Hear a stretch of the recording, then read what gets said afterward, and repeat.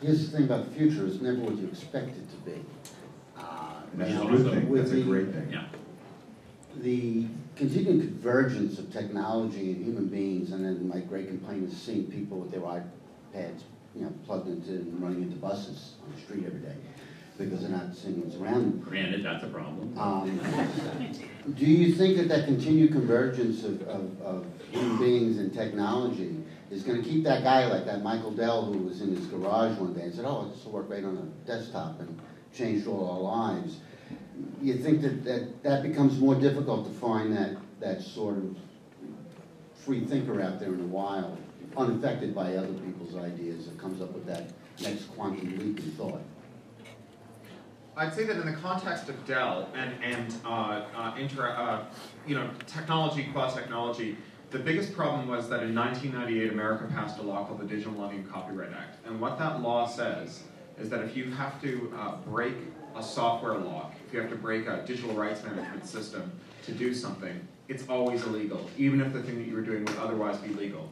So if Michael Dell wants to, so if you invent a better car cigarette lighter, and you want to have it, or a device that can plug into a car cigarette lighter, like that will power your iPod when you're driving or something, or charge your mobile phone, you can just do it. You can just invent something that plugs into someone else's device. There's no law that says you can't, and in fact, we have a long legal history in competition law of ensuring that people can. Interoperability is considered sort of one of the great important features of capitalism and innovation.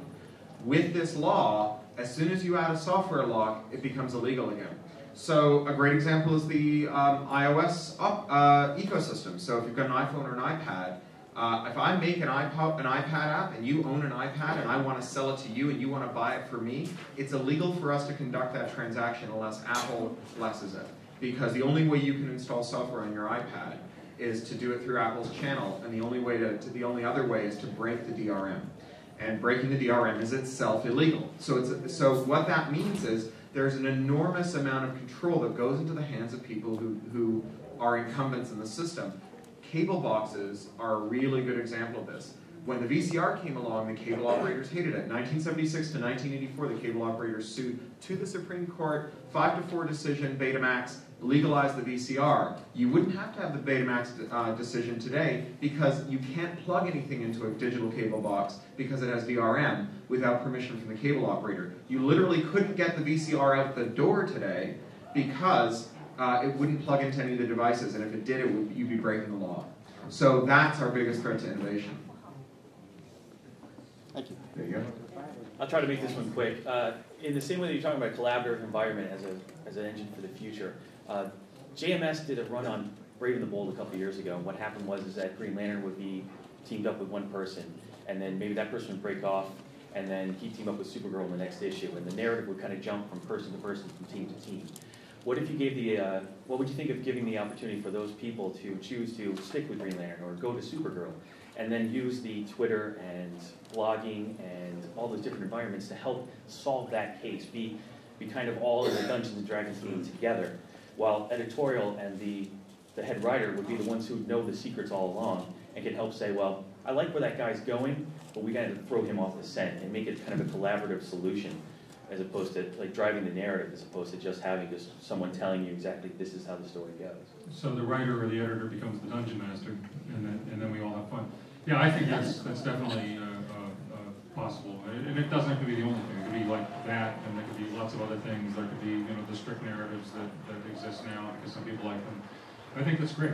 I hope someone from DC is listening. It's one of the cool things that the I Love Bees and other alternate reality game people have done is they've watched, so these are like mystery games, right? And players go online and they go like, I think it's this, I think it's that. They watch what the players' guesses are and they're like, that's a great guess. We're going to put that in, right? And so, for example, the AI alternate reality game for the movie AI had little snippets of code, programming code, and someone extrapolated the whole programming language from it, which the creators hadn't done. And they were like, hey, there's a whole programming language now. And they started to actually put programs in that programming language in subsequent installments of the AI game.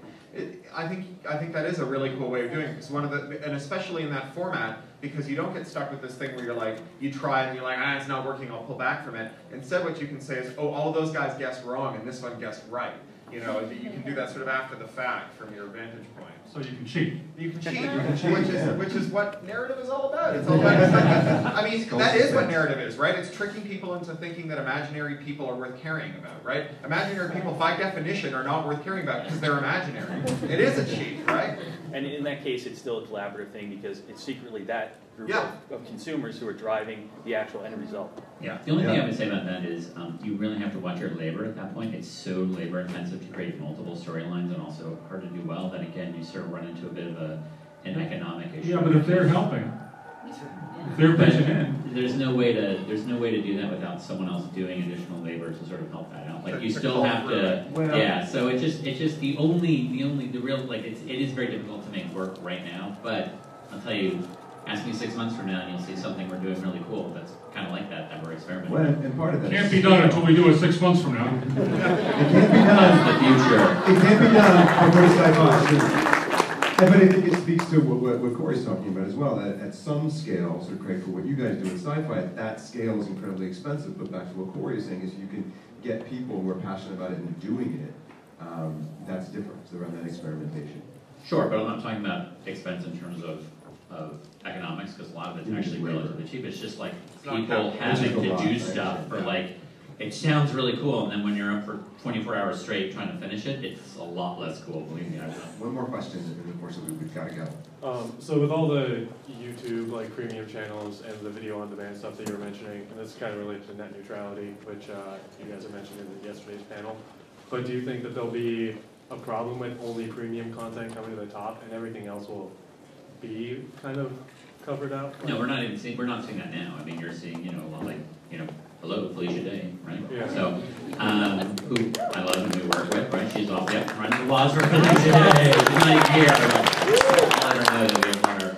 But no, I mean, you're seeing quality regardless of who created it is rising to the top. So it's more about, when I say premium, I don't mean like you spend a lot of money on it or it came from NBC Universal, because God knows sometimes we're not premium. I think it's the best stuff will rise to the top. So, and I don't. Boy, do I disagree. I don't think it's borne out by the evidence, right? If you look at Canada, we've got 2 minutes. Okay, if you look at Canada, where there's tons of vertical integration, where the ISPs make TV and they also run the phone companies like Rogers, they do block Hulu, right? Hulu came in and Rogers said, oh, and by the way, if you're a Rogers customer, we're capping the amount of video you can download per month unless you download it from Rogers. In India, where there's even more concentration, they charge you by the bit to use the internet unless you're playing a video game that India Games has got a deal with them to do. None of India Games games are top tier. So everyone in India plays like third-rate games because it's prohibitively expensive to play any MMO unless you're playing a game that where someone has done a backroom deal with the ISP. And I think that it's the tiny modicum of competition and non-integration, non-vertical integration in this country, which I'm sorry to say is going away as companies like Comcast buy companies like NBC. I think that's the only thing that's kept that from happening here. There's nothing special in the American telecom operator's character that makes them more honest than Canadian operators or Indian operators or any of the other countries where concentration and vertical integration has resulted in exactly a situation in which quality never gets to rise to the top and money talks. But you're only talking about certain problems, right? Then let's let Craig respond, and then I got to wrap it up. But this is awesome. Every system, everything in the world is flawed, right? And it doesn't work well. It doesn't work the way it should be. That doesn't mean that the things I'm talking about aren't happening, because I see them every day. I mean, I look at, we look at competitors as TV that are like literally, they are literally people in their garages making shit on the incredibly DRM unfriendly MacBook Pros that, but they're cranking stuff out. So are there problems? Absolutely. There's problems with everything. Are there barriers? Absolutely. Are there big evil corporations? Definitely. Does this stuff still happen? Absolutely. I have a list of stuff on the internet that is premium to me, Boing Boing is one of them, that, are completely outside the traditional model, and they're not, Comcast doesn't care if Boing Boing is successful or not. But they did get caught last year secretly throttling some protocols against their terms of service, and the FTC and the FCC had to clobber them to make them stop doing it. Okay. But you know, that doesn't make my point invalid. That like- doesn't invalidate But it the just- point. all it That's means is just they haven't something gotten going around on. It sounds very much like comics. It's a bunch of heroes and villains, and my money's on the heroes. Me too.